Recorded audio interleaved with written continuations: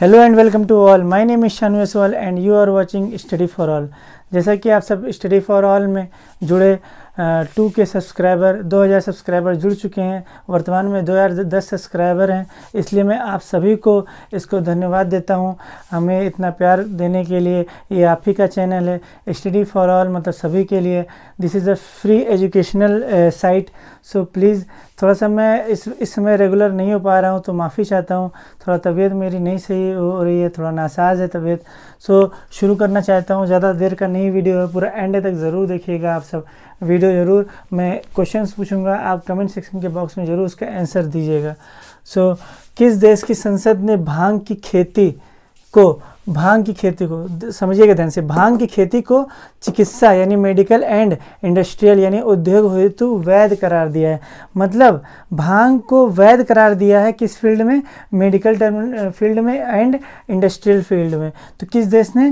तो लेबनान ने क्या किया है कि भांग को क्या दिया है? वैलिड, मतलब कि एक लीगल अप्रूवल दिया है। किस फील्ड में? दो फील्ड में दिया है, चिकित्सा और एवं उद्योग क्षेत्र में। तो चिकित्सा एवं उद्योग क्षेत्र में इसको मतलब प्रयोग किया जा सकता है भांग का। नेक्स्ट क्वेश्चन की बात की जाएगी कि किस राज्य का अम्बुबाची मेला इस वर्ष नहीं मनाया गया। तो जैसा कि जानते हैं कई सारे कार्यक्रम स्थगित होते जा रहे हैं, तो अम्बुबाची मेला जो कि बहुत ही महत्वपूर्ण मेला है, जो प्रतिवर्ष असम राज्य में मनाया था। कहाँ मनाया था भैया?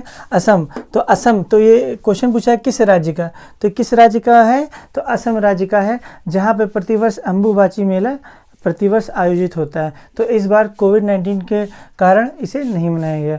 नेक्स्ट क्वेश्चन की बात करें, विश्व पुस्तक दिवस यानी वर्ल्ड बुक डे कब मनाया जाता है? तो कभी भी क्वेश्चन पूछा जाएगा कि वर्ल्ड बुक डे कब मनाया जाता है, तो वर्ल्ड बुक डे सदैव 23 अप्रैल को मनाया जाता है। नेक्स्ट क्वेश्चन की बात करें, world leaders on Facebook ranking पर टॉप पर है। World leaders on Facebook ranking मतलब पूरे वर्ल्ड विश्व जगत में फेसबुक पर टॉप रैंकिंग पे कौन रहे? तो no any doubt Narendra Modi, our honourable prime minister Narendra Modi. और कितने फॉलोअर्स हैं? तो 4.5 करोड़ फॉलोअर्स हैं, जो कि एक बहुत ही बड़ा रिकॉर्ड है। तो इसीलिए टॉप पर रहे हमारे प्रधानमंत्री नरेंद्र मोदी जी। अब बहुत ही मोस्ट इम्पॉर्टेंट क्वेश्चन, विश्व मलेरिया दिवस कब मनाया जाता है? तो जो इस वर्ष विश्व मलेरिया दिवस मनाया गया, तो प्रतिवर्ष 25 अप्रैल को। कब मनाया था भैया? प्रतिवर्ष 25 अप्रैल को विश्व मलेरिया दिवस यानी वर्ल्ड मलेरिया डे मनाया जाता है, जिसका विषय वस्तु यानी थीम क्या रखा गया? Zero malaria start with me. तो आपको मतलब क्या विषय वस्तु रखा गया?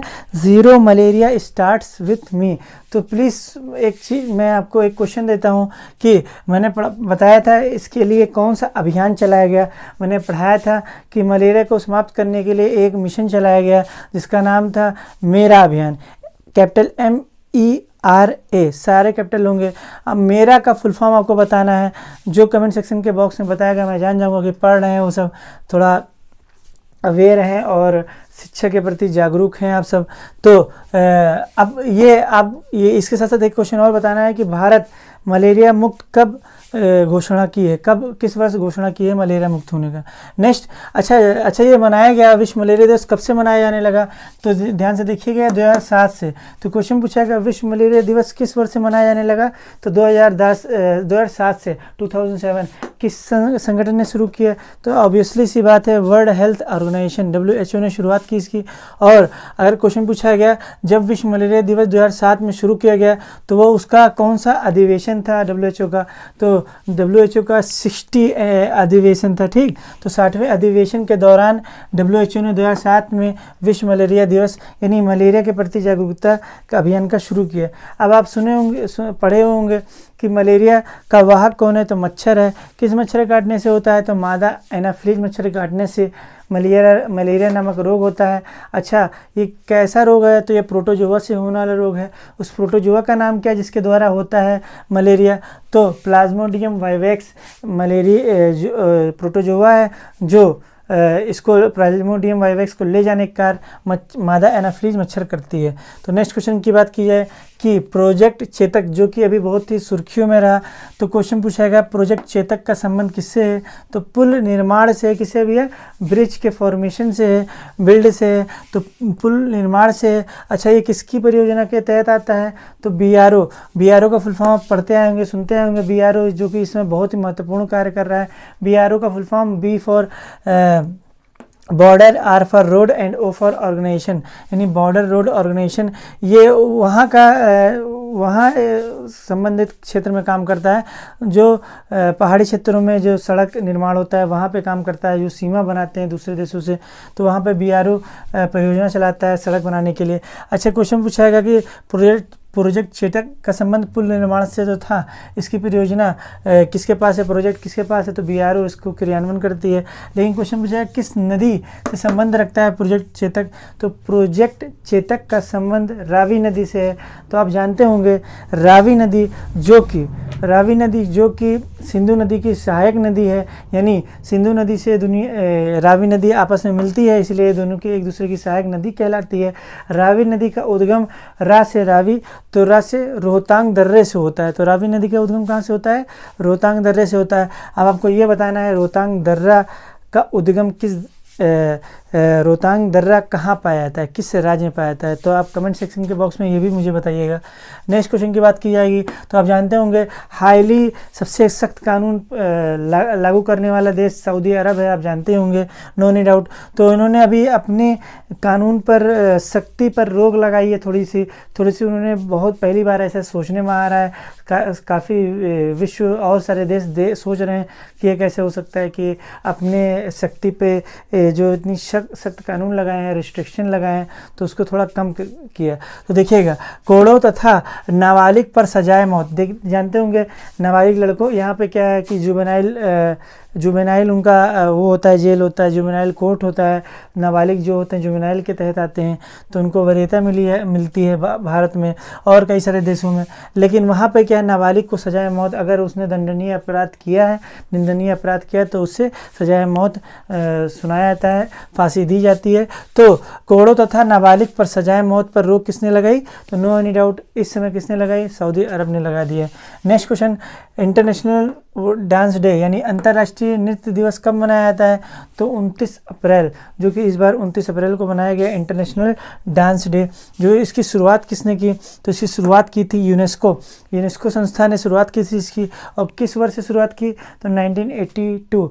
तो सिंस 1982 से यूनेस्को ने अंतर्राष्ट्रीय नृत्य दिवस की शुरुआत की। यूनेस्को का फुल फॉर्म जानते होंगे, United Nation Educational Scientific for Cultural Organisation इसे बोलते हैं। तो ये आप पढ़े होंगे। अब नेक्स्ट क्वेश्चन की बात की है, कौन सा देश दुनिया की पहली डिजिटल करेंसी प्रस्तुत करेगा, मतलब इंट्रोड्यूस करने वाला है, वह पहला देश बनेगा। अभी जानते हैं हार्ड करेंसी में हम सब नोट के ऊपर जैसे कागज़ का नोट होता है, वो हार्ड करेंसी में आता है। अब डिजिटल करेंसी जिसमें छूने की ज़रूरत नहीं पड़ेगी, डिजिटल करेंसी लागू करने वाला देश कौन है? तो चीन। जो अद्भुत चीज़ें करने वाला देश, हमेशा कृत्रिम सूरज, कृत्रिम चांद बनाने वाला, हर एक चीज़, रोबोटिक बैंक लाने वाला, कोई भी कृत्रिम अद्भुत चीज़ आएगा तो आपको अगर ऑप्शन नहीं पता होगा तो चीन पे आप लगा सकते हैं। तो डिजिटल करेंसी पहले विश्व का पहला देश है जो ये इंट्रोड्यूस करेगा, यानी प्रस्तुत करेगा, चीन। अब चीन ने देखिए यहाँ डिजिटल करेंसी लाने वाली है और पूरा विश्व में कोविड-19 फैला के चले गए, जो कि सबके लिए बड़ा नेचुरल डिज़ास्टर से बढ़कर भी ये साबित हुआ। पूरी तरह से वर्ल्ड इकोनॉमी पूरी तरह से कोलैप्स कर गई, तो बहुत ही बड़ी चीज़ है। और ये कोविड-19 से बचने के लिए ही डिजिटल करेंसी लाई है कि छुएगा तो है, टचेबिलिटी तो है नहीं। जैसे कि बताया जा रहा है कि डिजिटल मतलब कि करेंसी पर भी वो काफ़ी समय तक कोरोना वायरस रहता है। सो नेक्स्ट, एशिया के सबसे धनी व्यक्ति, अभी कुछ समय पहले एशिया के सबसे धनी व्यक्ति का रिपोर्ट आया था, तो उसमें यूसी ब्राउज़र, चाइना के यूसी ब्राउज़र के जो फाउंडर थे जैक मा, तो वो एशिया के सबसे रिचेस्ट पर्सन थे। तो वर्तमान में अभी जो रिपोर्ट आई है, एशिया के सबसे धनी व्यक्ति कौन बने? तो Mukesh Ambani. So this is a very big news for us, हमारे लिए बहुत अच्छा न्यूज़ है। सो बहुत अच्छा लगा होगा, कई सारे क्वेश्चन आपको जानने को मिले होंगे। तो जो आंसर आपसे मैं जानना चाहता हूँ वो आप कमेंट सेक्शन के बॉक्स में मुझे ज़रूर बताइएगा। And thank you for watching and subscribe करने के लिए थैंक यू। एंड आप सब ऐसे प्यार बनाए रखिए। Thank you and all the best.